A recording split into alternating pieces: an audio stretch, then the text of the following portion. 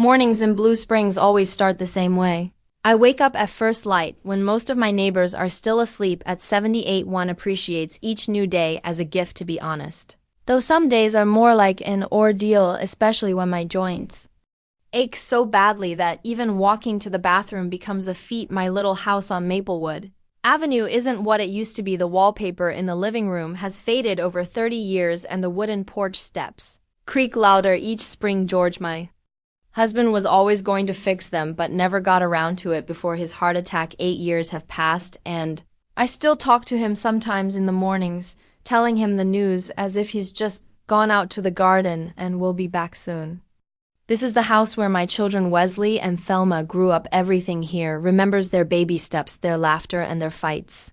Now it seems like those happy, noisy days never happen. Thelma comes in once a month, always in a hurry, always looking at her watch. Wesley shows up more often, but only when he needs something, usually money or a signature on some paperwork. Every time he swears he'll pay it back soon, but in 15 years he's never paid it back. Today is Wednesday, the day I usually bake blueberry pie. Not for me, because I can't eat that much on my own. It's for Reed, my grandson, the only one in the family who visits me without an ulterior motive, just so he can spend time with his old grandmother, drink tea, talk about his college business. I hear the gate slam and I know it's him. Reed has a peculiar gait light, but a little clumsy, as if he's not used to his tall stature yet. He inherited it from his grandmother Edith. His voice comes from the doorway. I smell a specialty pie. Sure you do, I said, smiling, wiping my hands on my apron. Come on, it's just about the right temperature. Reed leans over to hug me. Now I have to tilt my head back to see his face. It's weird. When did he get so big? How's school going? I asked, sitting him down at the kitchen table, still struggling with higher math. I got an A on my last exam, Reed said proudly, eating his pie. Professor Duval even asked me to work on a research project. I always knew you were smart. I pour his tea. Your grandfather would be proud of you. Reed is silent for a moment, staring out the window at the old apple tree. I know what he's thinking. George taught him to climb it. When he was only 7, Wesley yelled that we'd never do the kid any good.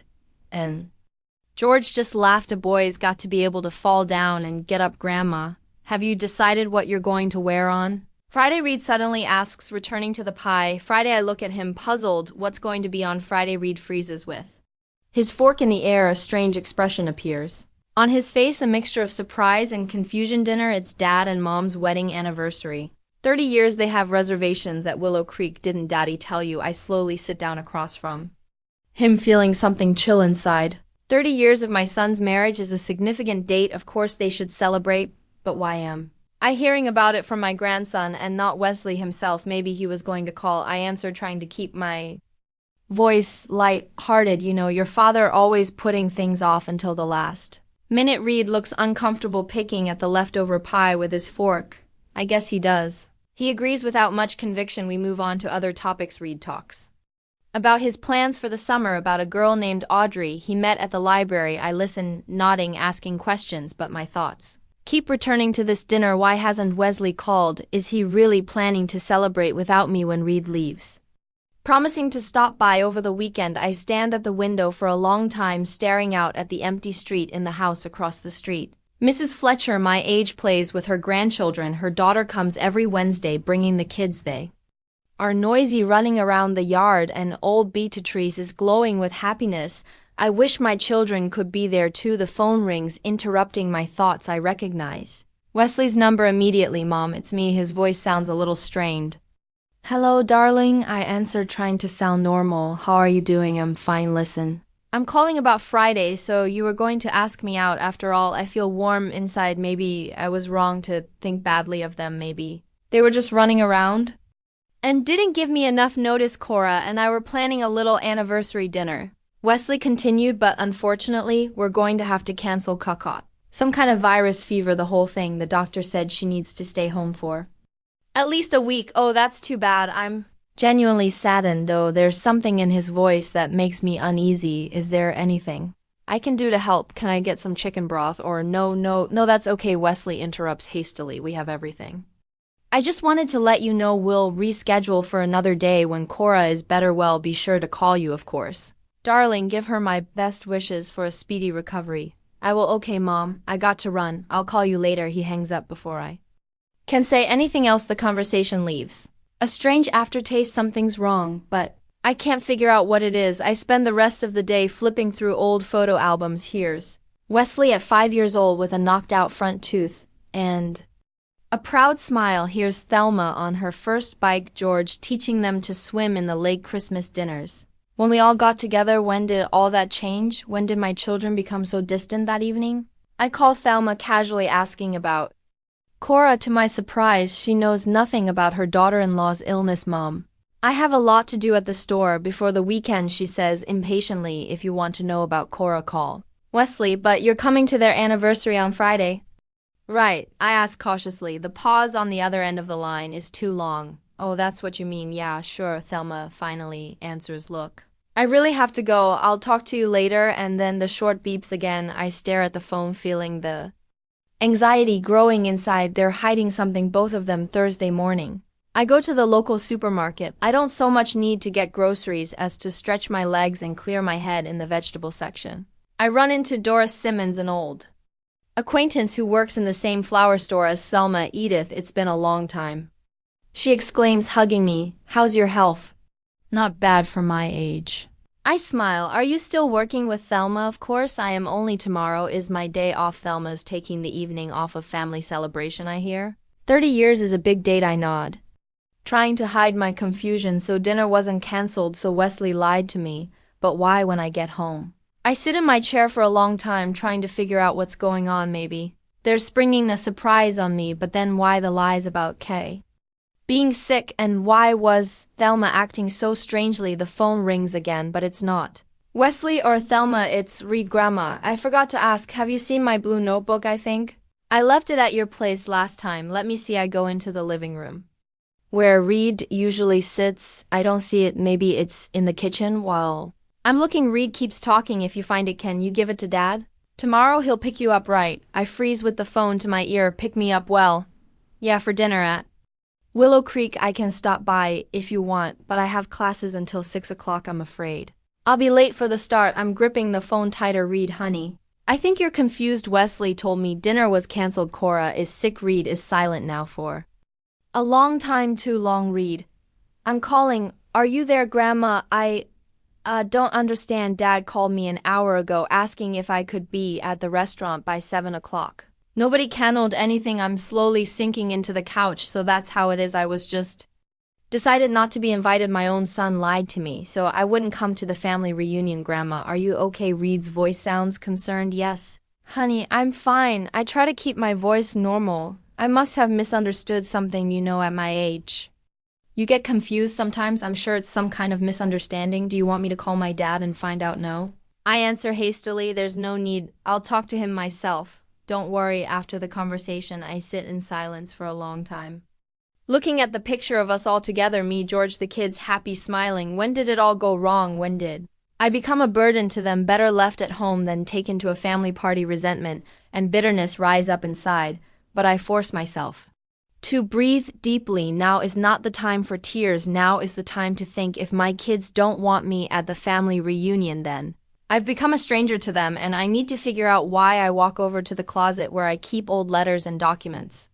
Among them are George's will, the insurance policy, the deeds to the house. Wesley has hinted several times that I should sign the house over to him for your own safety. Mom, Thelma suggested I sell it and move into a nursing home. They'll take better care of you than we can. I always refused, sensing that there was something else behind those suggestions. Now I think I'm beginning to realize what it is. In the evening, the phone rings. This time it's Ka, my sister-in-law. Her voice sounds cheerful and energetic for someone with a high fever and bed rest. Edith, honey, how are you? Wesley said he called you about Friday. Yes, he said you were sick and dinner was cancelled. I answer in a steady voice. That's right. Cora confirms too hastily. It's a terrible virus. Just knock me off my feet. The doctor prescribed bed rest for at least a week. I hope you feel better soon. I say hello to the others. I can hear the tension in her voice. Yeah, Thelma, Reed, they're upset about the cancelled holiday. Aren't they? Oh yes, of course, they're all very upset, but it can't be helped. Health is more important. Well, Edith, I have to take my medication. Feel better. I hang up the phone and look out of the window at the darkening sky. Well, now I have confirmation. They're planning dinner without me. They haven't even bothered to come up with a plausible lie. I pull out of my closet the dark blue dress I haven't worn since George's funeral. I tried on in front of the mirror. It still fits well even though I've lost weight over the years. If my children think they can just cut me out of their lives, they're sorely mistaken. Edith Thornberry hasn't said her last word yet, and tomorrow night promises to be interesting, very interesting. I've been up all night, not because of the pain in my joints, although that was coming on, not because of the insomnia that often afflicts people my age. I was awake because the thoughts of the day ahead kept me awake. Every time I closed my eyes, I saw the faces of my children gathered around the holiday table without me, laughing, raising their glasses, telling each other how lucky they were to be rid of their old mother. For the evening Friday morning was overcast. Heavy clouds hung over Blue Springs as if reflecting my mood. I made tea, but it went cold, untouched. I didn't feel like eating. Something inside me seemed to be frozen, waiting for a decision. I hadn't made yet. What would I do tonight? Would I stay home like my children had planned, or my gaze fell on George's picture on the mantelpiece? He was looking at me with a slight smile, tilting his head slightly to the side, a gesture that always meant he had something important to say. What would you do, George? I mentally asked him, and I could almost hear the answer. Don't let them trample on your dignity, Edith. You deserve better than that. I went to the window outside. Mrs. Fletcher was walking her dachshund. When she saw me, she waved. I waved back, thinking about how few people were left in my life who were actually happy to see me. The phone rang, snapping me out of my musings. It was Wesley. Mom, good morning. His voice sounded suspiciously cheerful. How are you feeling? Fine, I answered. How's Cora? Is she better? There was a second pause. I could almost see him frantically recalling last night's lie. Number, she's the same. She's lying down with a fever, the doctor said. It might be a while. That's a shame, I said with fake sympathy. I was thinking of baking her a chicken pot pie and bringing it over. Nothing like a home-cooked meal for a cold. No, you don't have to, Wesley answered hastily. We have everything, really. I'm just calling to see if you need anything. Maybe you're out of medication. Oh, that's it. Checking to see if I'm going out tonight, making sure I stay home while they celebrate without me. Thanks, son. I've got everything, I replied. I'm going to spend the evening reading. I've been wanting to reread Agatha Christie for ages. That's a great idea, Wesley said with obvious relief. Okay, Mom, I have to go to work. If you need anything, call me. I hung up the phone and looked at my watch. 10 o'clock in the morning. There was still plenty of time before dinner tonight, time to think about how things had gotten to this point. When had things changed? When did my children stop considering me? When did I go from being a mother to being a burden? Maybe it started after George died. Wesley and Thelma used to come every day, help with the funeral, the paperwork, but then their visits became less and less frequent. First once a week, then once a month. Thelma was always in a hurry, always looking at her watch. Wesley came more often, but his visits usually coincided with requests for money. Mom, it's Cora's birthday. I want to get her a necklace, but we're tight on money this month. Mom, we have a leaky roof. We need repairs right away, but all the money went to pay for Reed's college. Mom, I've invested in a promising project, but we need to reborrow for now. I always gave, not because I believed his stories. They'd gotten less and less believable over the years, but because I wanted to feel that they needed me, at least that way, that they'd come to me, even if only for money. I pulled an old notebook out of the closet where I'd written down all of Wesley's loans over 15 years. It had accumulated a sizable sum, money he'll never pay back, and we both know it. It's different with Thelma. She doesn't ask for money directly, but every time I go to her flower store, she insists I buy the most expensive bouquet. Mom, you don't want people to think I can't provide my mother with decent flowers, do you? And I buy every time. And then there was the case of the medication. 6 months ago, the doctor prescribed me new blood pressure pills, expensive but effective. Wesley made a big fuss about it. Mom, are you crazy? $400 a month for pills? That's ruin. Let's look for cheaper alternatives. I tried to explain that other medications don't work for me, that I can be allergic, but he wouldn't listen. Thelma backed him up. Mom, you have to be more frugal. We all have expenses. And this was coming from people who changed their cell phones to new models every month, who went on vacation to the Bahamas and bragged about their new car. My thoughts were interrupted by the doorbell. Audrey, Reed's girlfriend, stood on the doorstep, a sweet, shy girl with a lock of red hair and freckles. Hello, Mrs. Thornberry. She fidgeted nervously with the strap of her bag. Reed said he might have left his notebook here. Yes, dear, come in. I let her in. I was just going to look for it. Would you like some tea while I made tea? Audrey looked around the living room at the pictures. Is that Reed as a child? She asked, pointing to a picture of a 5-year-old boy holding a fishing rod. Yes, his first fishing trip with his grandfather.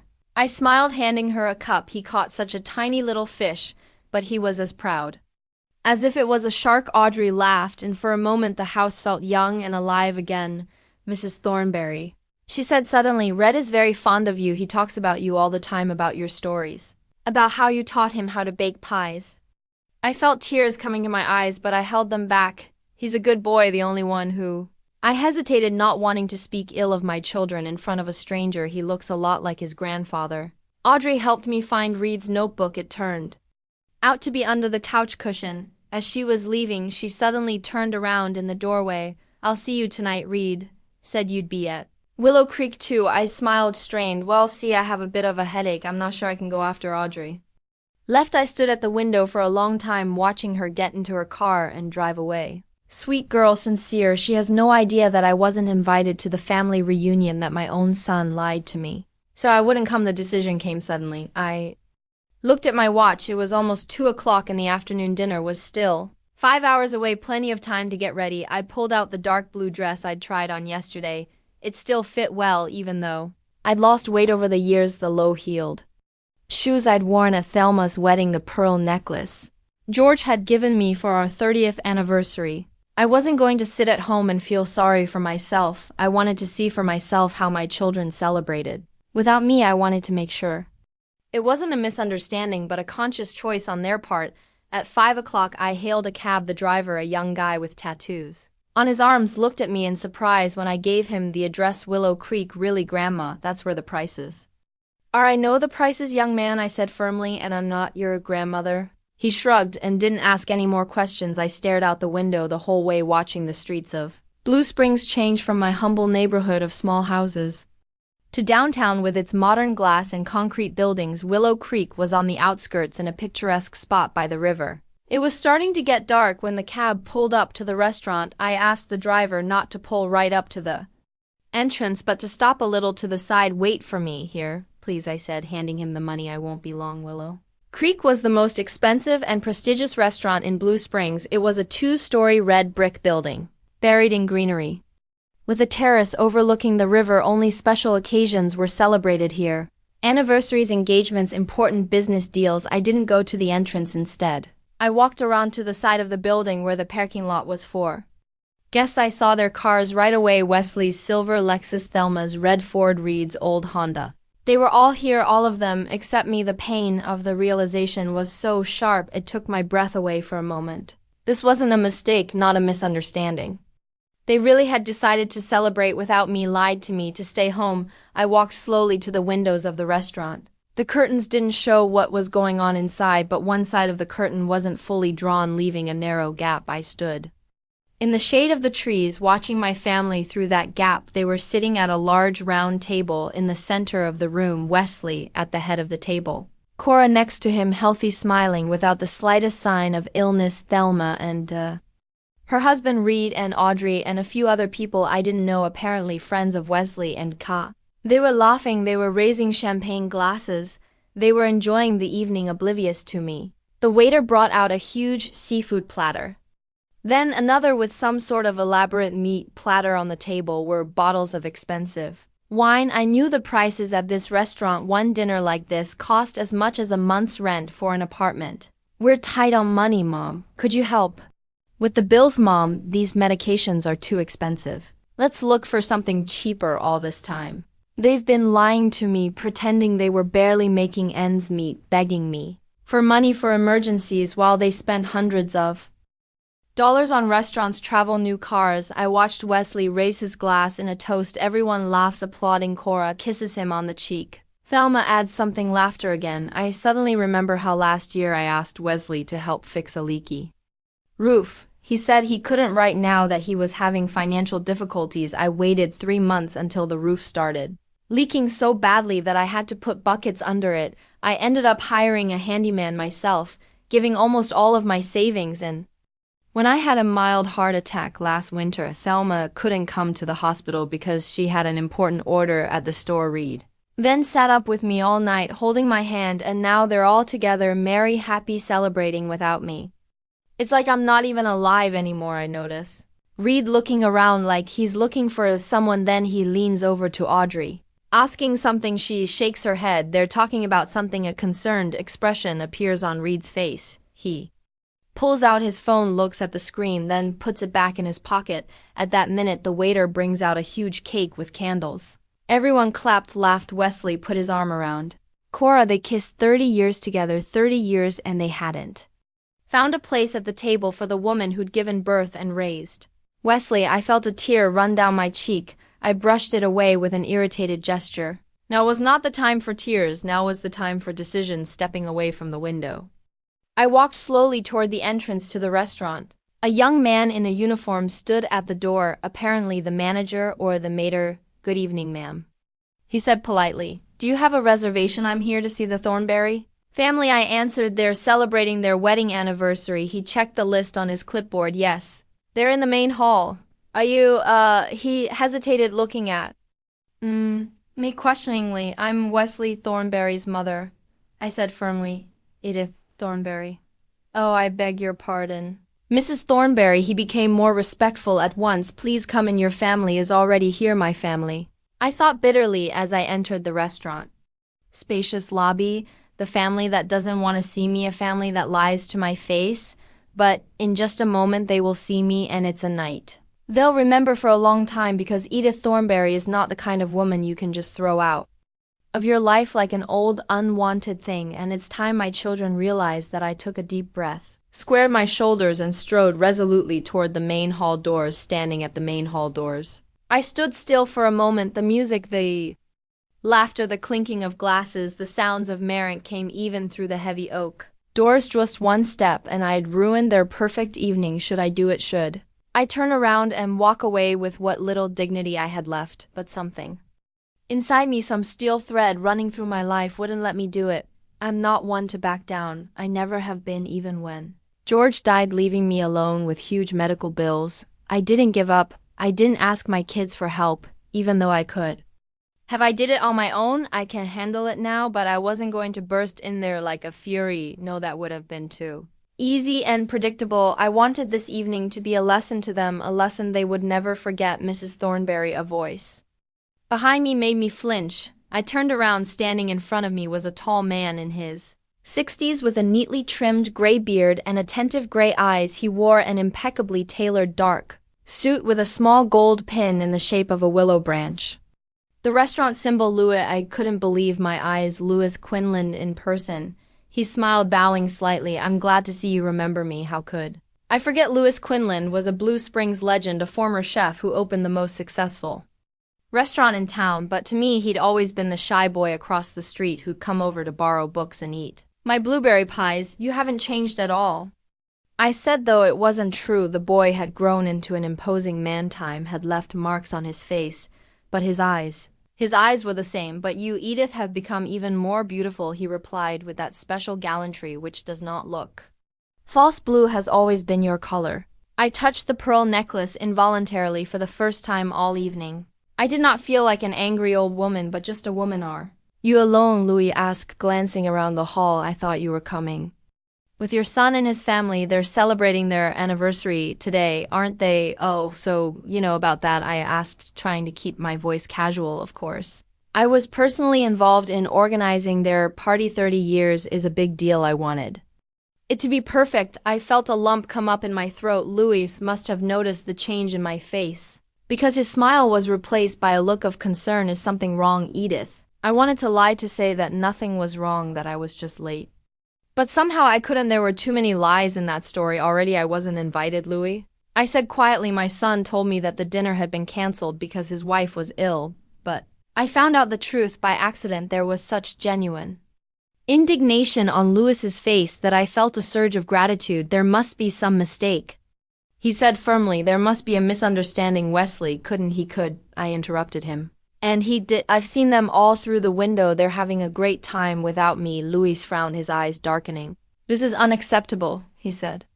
In a tone that baked no objection, absolutely unacceptable, he offered me his hand. Let me show you out. Edith, the mother of the guest of honor, should not stand in the hall. I hesitated.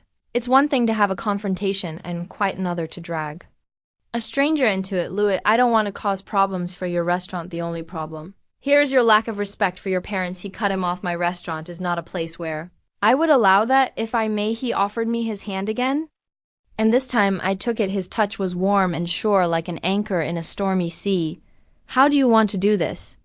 Louis asked when we stopped at the hall door. Just walk in, or I could organize something special. I hesitated. I didn't feel like making a scene. I didn't feel like yelling or crying or blaming. That would be too easy too. They probably thought that if I found out the truth, I'd either burst into tears or cause a scandal. Either way, I could be accused of inadequacy, of senile hysteria. No, I won't give them that pleasure. I want to go in quietly. I said like the honored guest I was supposed to be. No announcements, no fanfare. Just show up. Louis nodded understandingly. The perfect choice. Elegance is always more effective than drama.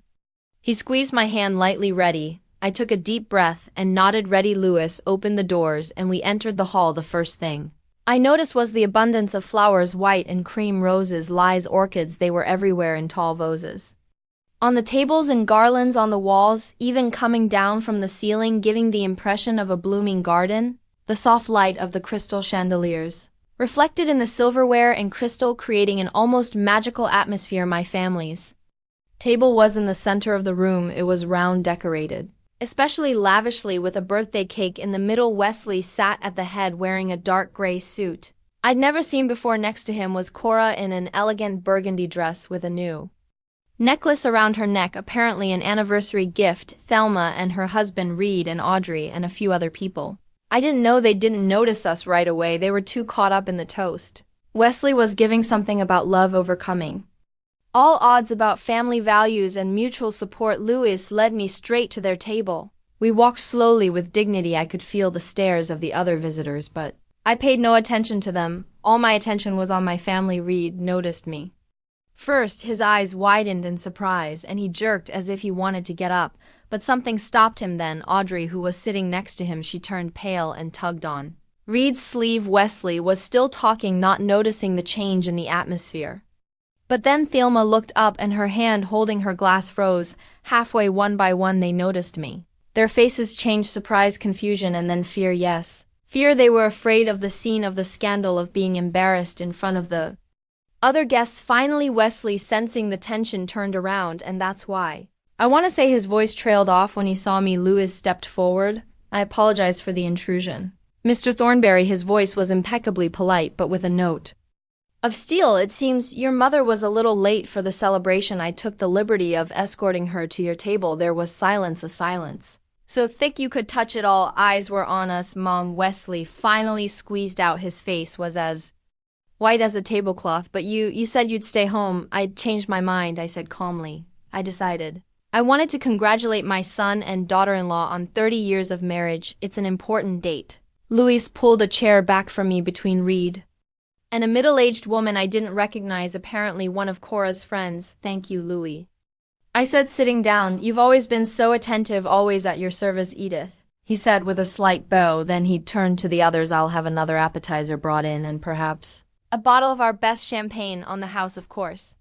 With these words he departed, leaving us in a heavy silence. Wesley was the first to come to his senses. Mom, he began, his voice sounding falsely happy.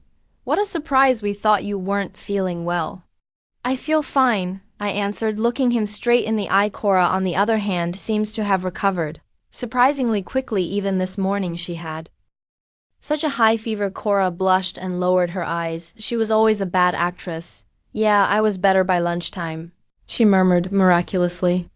Truly a miracle. I nodded, especially since Dora Simmons saw you at the supermarket yesterday. Perfectly healthy. Thelma set her glass down sharply on the table. Mom, her voice was taut as a string. Maybe we shouldn't. Don't, dear. I turned to her. Tell the truth. You always taught your son that lying is wrong. Remember, a waiter came to the table with an extra plate and a bottle of champagne as he set out plates and glasses. Everyone remained silent, smiling strangely. The perfect family, people who love each other. What a falsity, Grandma, Reed said quietly, leaning toward me as the waiter stepped away. I didn't know. I thought you knew about dinner. No, honey, I replied just as quietly, squeezing his hand under the table. It's not your fault, Wesley coughed, drawing everyone's attention. Well, now that we're all here. He emphasized the word all with a faint note of irritation. Let's get on with the party, Mom. You're just in time for dessert. He made a sign to the waiter, and he began to cut the cake, huge, tired, with a bride and groom on top. It must have cost a fortune. What a beautiful cake, I said, taking the plate with a slice. Must be expensive. Not at all, Mom, Wesley said too quickly. It's not expensive at all. It's just a small family party, nothing fancy. I looked around at the table with exquisite dishes, crystal glasses, floral arrangements. Yes, I can see how modest it is. I nodded. And how many guests? And I thought you were having financial difficulties. Isn't that why you asked me for $2,000 last month for car repairs? If I'm not mistaken, one of the guests, coughed the woman next to me, the same friend of Cora. Looked at Wesley curiously. Mom, he gritted through his teeth, still trying to keep a smile on his face. Can't we discuss this later in the family circle? Aren't we in a family circle? I was genuinely surprised. Or am I no longer considered part of the family? I'm sorry, I guess I didn't get the memo. Of course you're part of the family, Thelma interjected. Her voice sounded too loud, too falsely cheerful. It's just that we thought it would be tiring for you at your age, the late dinner, the noise. At my age, I repeated slowly. Yes, of course, my age. Interesting that it didn't stop me from watching your cats last month while you went on a spa weekend, or helping Wesley with his tax returns, or lending him the $2. He never paid back. There was silence at the table again. Wesley was nervously fiddling with his cufflink. Avoiding my gaze, Cora was suddenly interested in the pattern on the tablecloth. I wanted to invite you, Mom, Wesley finally said, feigning remorse. I just didn't think you'd be comfortable. You don't like noisy gatherings, do you? I don't like loud gatherings, I interjected. That's weird. Who threw the family Christmas dinner every year? Who organized a backyard barbecue for the whole neighborhood? Who gathered guests for your father's birthday even when he was already in the hospital? Wesley was silent. He had nothing to say. It's not because I'm not my age or because I don't like loud gatherings, I continued in a quiet but firm voice. It's that you didn't want to see me. It was easier to lie than to invite my own mother. Mom, that's not true, Thelma began, but I held up my hand to stop her. I'm not finished, dear. I didn't come here to make a scene. I didn't come here to ruin your party. I came here to understand. I looked around at their faces, tense, confused, scared. I wanted to understand when my children turned into people who could lie to their own mother's face, who could exclude her from a family celebration like some kind of— I hesitated for a moment, searching for a word, like some inconvenient obligation. Grandma Reed said quietly, I didn't realize they hadn't invited you. I swear, I thought you were just running late. I put my hand on his shoulder. I know, sweetheart, this has nothing to do with you. At that moment, Louise came to the table with a bottle of champagne. I hope everyone is enjoying the evening, he asked, though it was clear from his face that he could feel the tension at the table. Everything is just fine, Louis, I replied with a genuine smile. Great restaurant, great service, always the best for you, Edith. He filled my glass with champagne. I remember how your pies saved me as a child from the perpetual hunger of adolescence. No one in Blue Springs bakes like you. I felt a warmth rush to my cheeks for the first time all evening. I had a real smile on my face. You've always been gallant, Louise, even when you were a child. He smiled back, but his gaze was serious, understanding. Then he turned to Wesley. Mr. Thornberry, may I ask why you didn't list your mother on the guest list? I've had some confusion about the seating arrangements. Wesley choked on his champagne. Yeah, it was a misunderstanding, he mumbled. Mom was supposed to come, of course. It's just that this morning she said she wasn't feeling well. It's strange, Louise went on nonchalantly. I thought she said you told her that you had canceled the dinner because of your wife's illness. Cora made a strange sound, something between a cough and a sob. Thelma stared at her plate as if it contained the answers to all the questions of the universe. Apparently there was some kind of misunderstanding, Wesley said, his face flushed red. Apparently, Louis agreed dryly. Well, the important thing is that we're all here. Now enjoy the evening. He squeezed my hand again and stepped away, leaving us in an even more tense silence than before. Wesley was the first to break it. Mom, I can explain, he began. Core and I wanted to spend this evening in a small circle of 15 people. I clarified, looking around the table. I mean, without the older generation, he continued. Awkwardly, there's no Cora's parents know you're lying. I said calmly, lying again. Cora's parents died 5 years ago. And you know it, I was at both funerals and your brother-in-law's parents. I nodded toward Thelma's husband. I can see them at that table over there. They waved at me as I entered. Wesley palled. Even more, if that was even possible, Mom. Thelma intervened. We didn't mean to offend you. We just thought you might be uncomfortable. You've been complaining about your health lately, and we all complain about our health sometimes, dear, I said, but usually the people closest to us ask how we're feeling, not decide for us. I sipped my champagne. It was excellent, dry with light notes of citrus and vanilla. You know what the saddest part is? I continued, looking at my kids. It's not that you didn't invite me, it's that you lied. Instead of honestly saying, Mom, we want to spend this evening without you, you made up a story about being sick, made me worry about Cora's health, calling, offering to help. I shook my head. I'd always taught you to be honest, even when the truth is unpleasant, even when it might upset someone, because lying lies destroy trust, and without trust, there's no family. Mom. Wesley's voice trembled. You just didn't want your old mother to ruin your party, I finished. For him, I understand, I really do, but you know what, you could have just told me that. I would have understood. Maybe I would have been upset, but I would have understood, because I've always respected your right to make decisions even when I didn't agree with them. I finished my champagne and put my glass on the table, but you chose to lie instead, and now that I'm sitting here, I see more than just those lies. I see all the times you've lied to me over the years, when you asked for money for emergencies and spent it on entertainment, when you said you couldn't visit me because of important business and you went out of town for the weekend. Wesley tried to say something, but I stopped him with a gesture. I don't want to hear excuses, son. I'm just curious, when did you stop respecting your mother? The question hung in the air. Wesley looked at me with the expression of a man caught red-handed. Ka was nervously fidgeting with her napkin, avoiding my gaze. Thelma looked like she was ready to fall through the ground. Mom. Wesley finally said, lowering his voice to a whisper, let's not make a scene. We can talk about this later in a more appropriate setting. A more appropriate setting, I repeated, feeling a cold resolve growing inside. Not even anger, but a cold resolve. You mean when there are no witnesses around? I mean when we can all discuss the situation. Calmly, his tone became condescending, as if you were talking to a naughty child. You're upset, understandably, but this isn't the time or place. And when is the time and place? Wesley, I spoke softly but firmly, when you stop by my place for 5 minutes to ask me for money, or when Thelma stops by for a cup of tea. Glancing at her watch, Thelma flinched as if I'd hit her. It's not fair, Mother, she said in a shaky voice.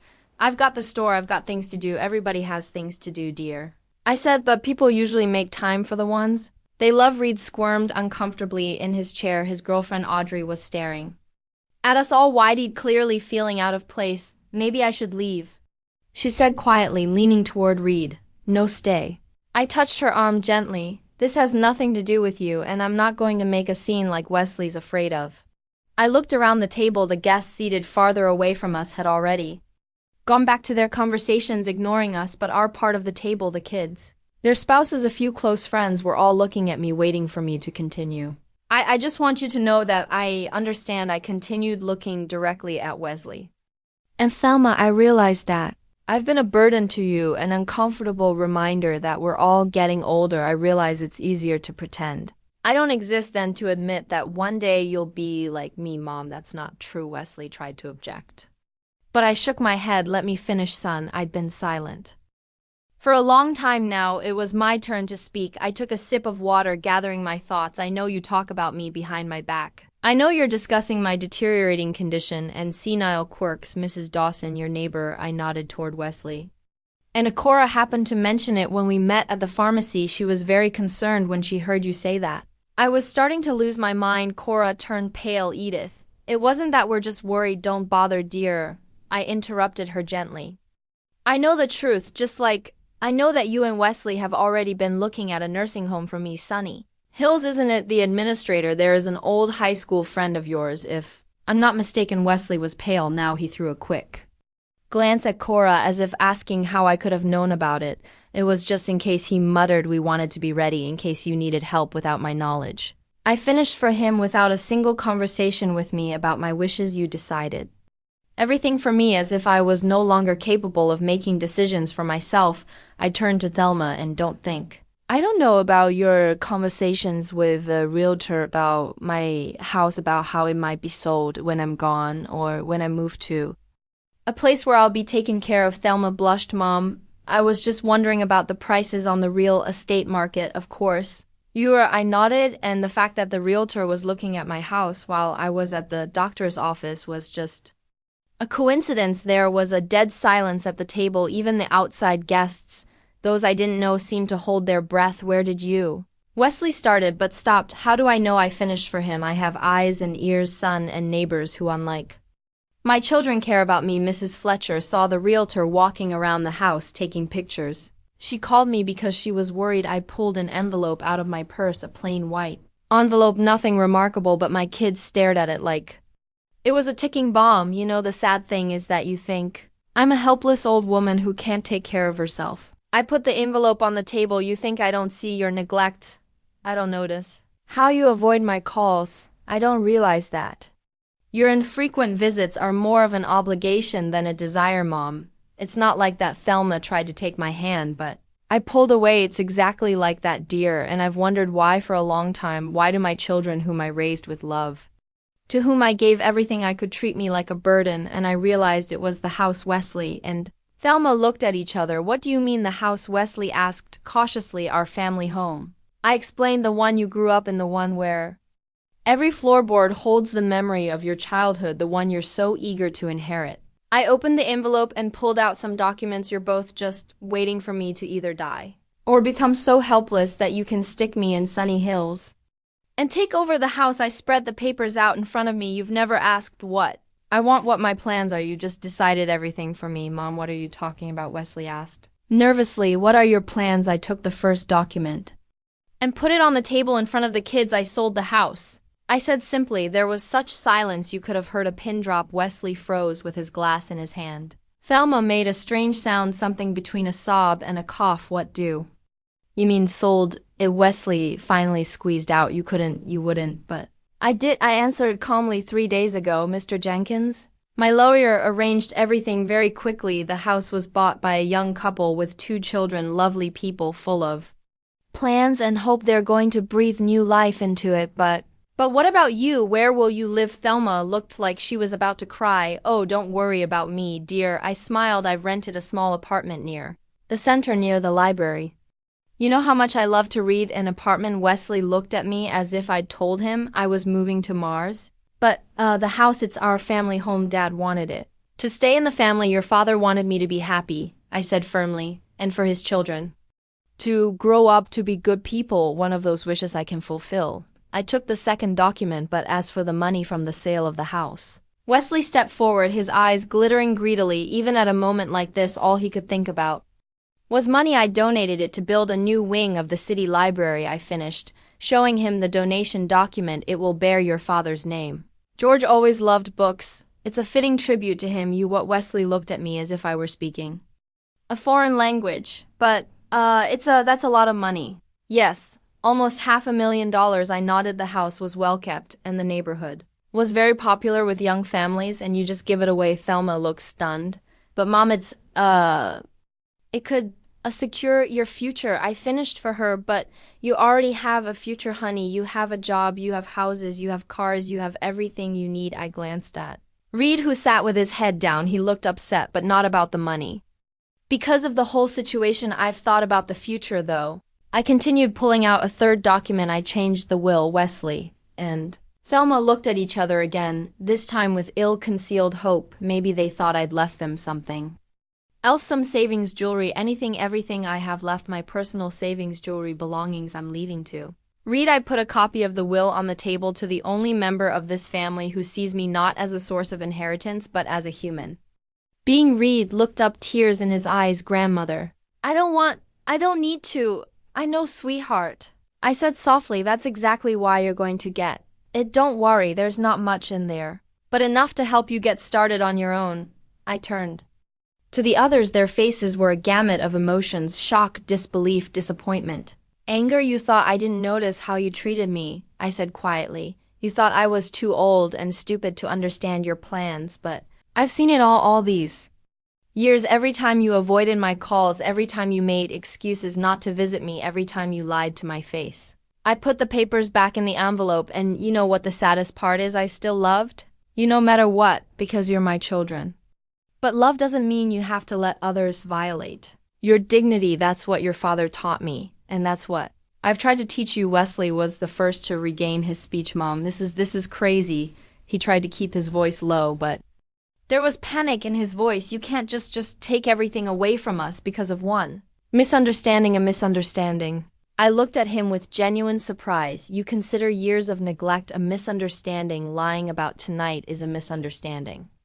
Talking behind my back about my supposed dementia is also a misunderstanding, Mom. We were worried about you. Thelma interjected. Her voice trembled, but her eyes remained dry. You live alone in a big house. It's hard for you to take care of it, and that's why you decided to sell it without asking me. I interrupted. Anxiety looks different, dear. Worry is when you call every day to see how I'm doing, when you offered to help instead of waiting for me to become so helpless that you can run my life. Cora, who had been silent until then, suddenly spoke up. Edith, you're being unfair. We have always treated you with respect, always cared, have we? I turned to her. Then why, when I needed money for medication that wasn't covered by insurance? Did Wesley say you were having financial difficulties and then a week later you flew to the Bahamas? Cora blushed and lowered her eyes. It was a planned vacation, she mumbled. We couldn't cancel them. Of course I nodded. Vacations are more important than old mother's health. I understand. I got up from the table, gathering my purse. Well, I won't spoil your holiday with my presents anymore. I've said all I have to say. You're leaving. Thelma looked confused. But what about the money? I finished it. For her, it's gone, dear. Not the house, not the savings you've been waiting for. There's only me, your mother, who has finally decided to live for herself instead of waiting for you to find 5 minutes in your schedule to visit me. Reed jumped to his feet. I'll walk you out, Grandma. Thank you, sweetheart, but you don't have to. I touched his shoulder gently. Stay, finish your dinner. I'll see you tomorrow. I turned to the others. And with you, maybe not. It's up to you. I headed for the exit, feeling the stares of not only my family but the other diners as well. But I didn't care. For the first time in years, I felt free from expectations, from disappointment, from the endless expectation of attention and care that would never come. Louis was waiting for me at the exit. Leaving? Edith, he asked, with a slight sadness in his voice, not because of the quality of the service. I hope the service was excellent, Louis, I replied.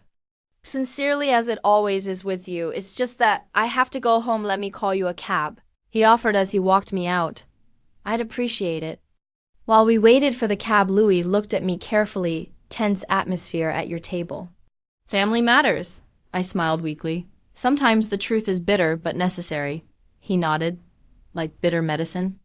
Exactly, I agreed, like bitter medicine.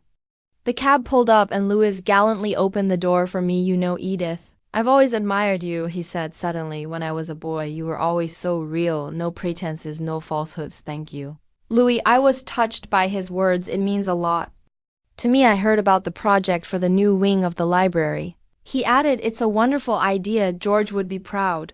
I froze halfway into the cab. Do you know about it? Blue Springs is a small town, Edith. He smiled softly. Everybody knows everything here, especially when it comes to such a generous donation. I nodded, feeling oddly relieved that the news had already spread. There was no turning back now. It's the right thing to do, I said, getting into the cab. The only right decision.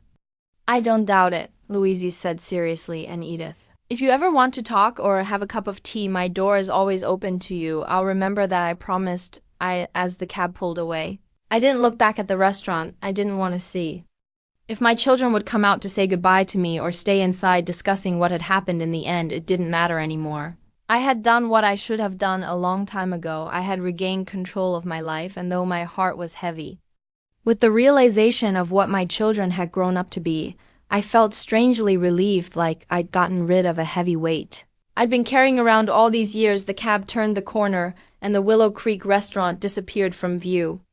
The part of my life that I'd let others decide for me, the part where I waited for attention and love from those who couldn't, or wouldn't give it. The spring sun was peeking through the windows of my new apartment, filling it with warmth and light. I sat in an armchair with a cup of morning tea watching the city come to life from the third floor. I had a beautiful view of Blue Springs Central Square with its neat flower beds and ancient fountain across the street from me was the city library.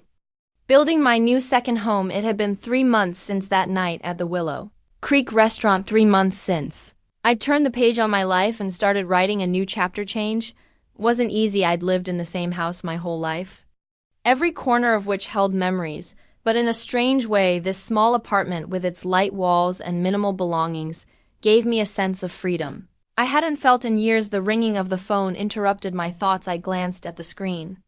Wesley, the fourth call this week. I put the phone away without answering it, let him leave a message. If it was really important after that night at the restaurant, it was like my kids woke up suddenly. They remembered I existed. At first there were angry phone calls. How could I do this? Sell the house, disinherit them? Then, when they realized the anger wasn't working, they started trying to ingratiate themselves. Wesley would arrive with flowers and a guilty look, talking about the misunderstanding and how much they really loved me. Thelma called every day, offering to help me set up my new apartment, inviting me to lunch even. Cora sent a fruit basket and an apology card. I didn't reject their attempts at reconciliation outright. I just kept my distance. I accepted the gifts with a polite smile, but I wasn't in a hurry to re-establish the old relationship. They had to realize that trust once broken doesn't magically rebuild itself. Besides, I understood all too well the real reason for their sudden concern. They hoped that I hadn't yet had time to dispose of the money from the sale of the house, that maybe the donation to the library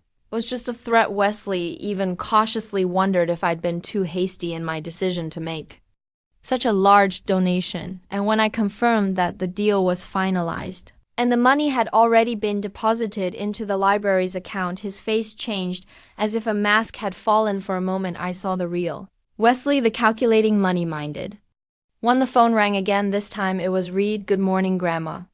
His voice sounded cheerful despite the early hour. How are you today? Good morning, honey. I smiled involuntarily. Beautiful as always. I admire the view from the window and think about the day ahead. Did you remember that today is the opening of the new wing of the library? I could hear the excitement in his voice. I'll pick you up at 3 o'clock, like we agreed, of course. I remembered. I glanced at the dress I'd prepared for the ceremony, dark blue with a light silver pattern. It's all ready. Now, after a brief conversation with Reed, I went back to my tea. The opening of the new wing of the library is an important event for me. The George Thornberry Wing is what it will be called, a place where children will be able to discover the world of books. As George once did, he would be happy knowing that his name was associated with something so meaningful. Finished with my tea, I began to get ready for my morning shift at the library. 3 times a week I volunteered there, helping out in the children's department. I read fairy tales to the kids, helped school children with book selection, and sometimes just talked to teenagers who came to the library, not so much for books as for the silence and understanding they lacked at home. This work gave me a sense of need that I had been deprived of for so long. The children looked at me not as a burden, not as a source of inheritance, but as a person who could give them something: knowledge, attention, kindness. On my way to the library, I met Martha Finch, my new friend and housemate, an energetic widow in her 70s, a former math teacher. She was one of the people who had helped me settle into my new place. Edith, she waved at me. I'm going to the bakery for fresh bread. Do you want me to bring you anything? Thank you, Martha, I'm fine. I smiled. I have a big day today, and I'll have lunch in town after the opening ceremony. Oh yes, today is the opening of your George Wing. She nodded. That's very good of you, Edith. Such a generous donation, such a tribute to your husband. I thanked her and continued on my way to the library. After that night at the restaurant, news of my donation spread quickly through Blue Springs. People's reactions varied. Some thought I was a heroine, some thought I was a crazy old woman who had disinherited her own children. But I didn't care. I knew I'd done the right thing at the library. Preparations for the opening ceremony were already in full swing. Workers were setting up the stage in front of the new wing. Volunteers were hanging garlands and arranging chairs. Miss Apprentice, the head librarian, was running between them, dispensing instructions with an energy surprising for a woman of her age. Edith, she exclaimed when she saw me. How good of you to come. We need help with the books for the new shelves. Can you select the children's books that you think should be displayed first? I happily agreed. I spent the next few hours going through books ranging from classic fairy tales to contemporary stories, each one I evaluated in terms of what would appeal to children of different ages. It was an enjoyable job reminding me of the times I used to read Wesley and Thelma before bedtime. Memories of the children no longer cause such acute pain as they used to. I accepted the situation for what it was. They didn't grow up to be what I wanted them to be, but they were my children and I still loved them. It's just that now that love was more detached, without illusions or expectations. At noon, I returned home to rest before the ceremony. Walking into the apartment, I saw the blinking indicator for new messages on my answering machine. The first one was from Wesley. Mom, it's me. I wanted to tell you that Cora and I are coming to the library opening tonight. I know you didn't invite us, but it's a community event and we want to support you. Please call me back if you get this message. The second message was from Thelma. Mom, I'm calling to say I can't make it to the ceremony today. I have an emergency order at the store. I need to get the flowers ready for the wedding. I know it's a big day for you and I'm very sorry. I'll call you tonight to see how it went. I grinned. Some things don't change. Wesley had probably hoped that his presence at the ceremony would somehow soften me up. Perhaps he still thought he could convince me to change my mind about the inheritance, and Thelma, as usual, found a reason not to come. Rush order was an old excuse she'd used for years. After a light lunch, I started getting ready for the ceremony. I showered, styled my hair, put on the same dark blue dress and pearl necklace, a gift from George. Finishing getting ready, I sat down in a chair to get some rest before Reed arrived. My gaze fell on the picture of George on the dresser, the only one I'd taken from the old house. It showed him the way I loved him best, laughing with a slight streak in his hair, wrinkles around his eyes from his frequent smiles. What would you say if you saw me now, George? I mentally asked him. Would you approve of my decisions? And I could almost hear his answer. You are living for yourself at last, Edith. Of course, I approve. The doorbell heralded Reed's arrival. He looked excited and happy, wearing a strict suit that made him look even more like his grandfather. Grandma, you look amazing, he exclaimed, kissing me on the cheek. Are you ready for your finest hour? I don't think you could call it star time. I grinned, picking up my purse, but yeah, I'm ready. On the way to the library, Reed talked about his schoolwork, his plans for the summer, how he and Audrey were thinking of taking a little trip down the coast. Wouldn't you like to come with us, Grandma? He suddenly asked. It would be great. Quiet beaches, small coastal towns, great food. Honey, you're a young couple. I smiled. You don't need an old grandmother as a third extra. You'll never be an extra, Reed said seriously. Not for me, not for Audrey. She really wants you to go too. By the way, she says you tell the most interesting stories. I was touched. Perhaps I really could go with them for a few days. It would be a new experience, traveling without commitment, without having to take care of anyone, just for fun. I'll think about it, I promised. In the meantime, let's focus on today. When we arrived at the library, the square in front of it was already filled with people. The white chairs, arranged in rows in front of the makeshift stage, were almost all occupied. The new wing of the library, built of light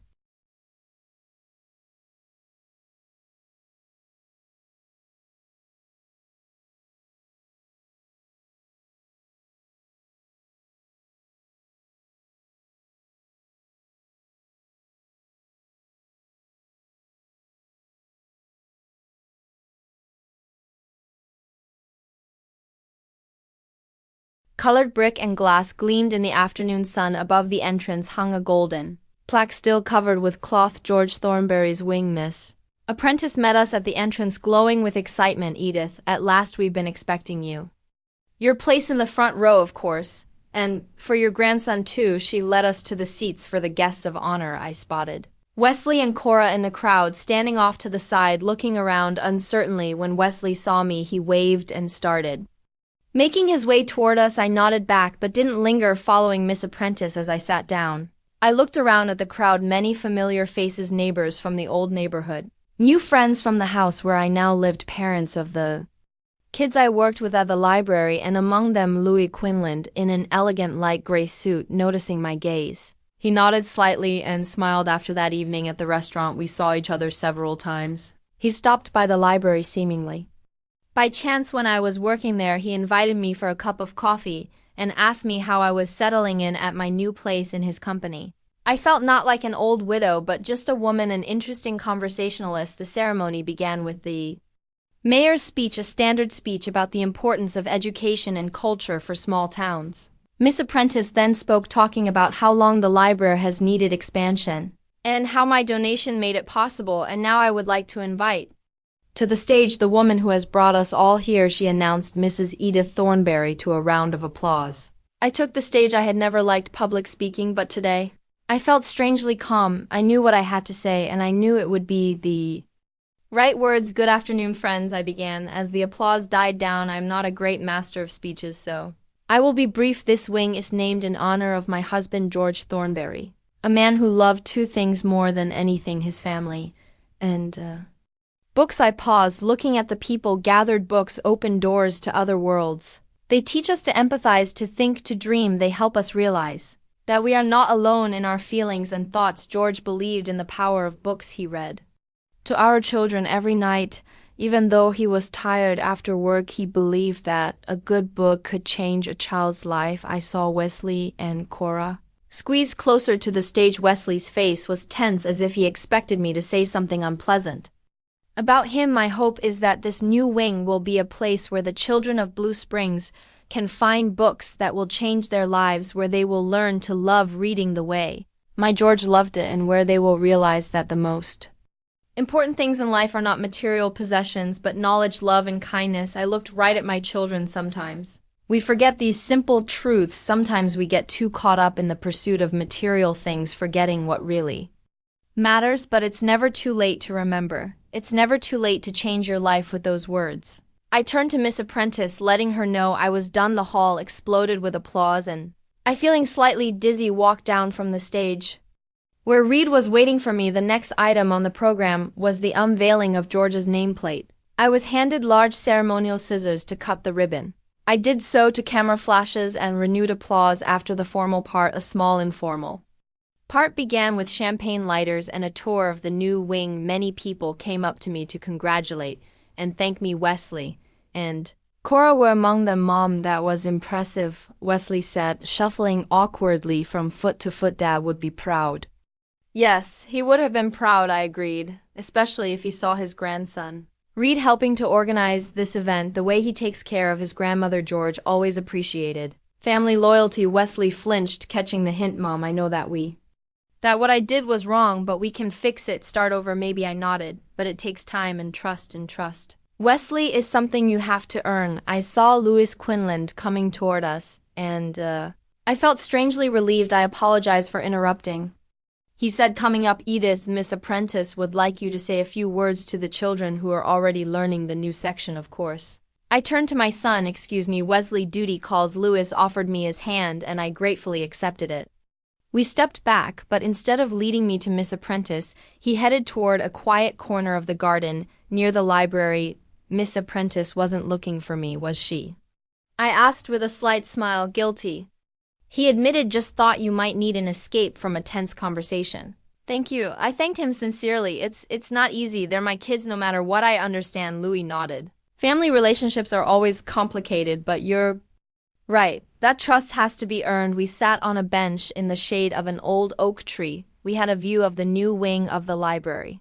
The gold plaque with George's name on it glistening in the sunlight. It's beautiful, Louis said. The architect did a good job of harmonizing the new wing with the old building.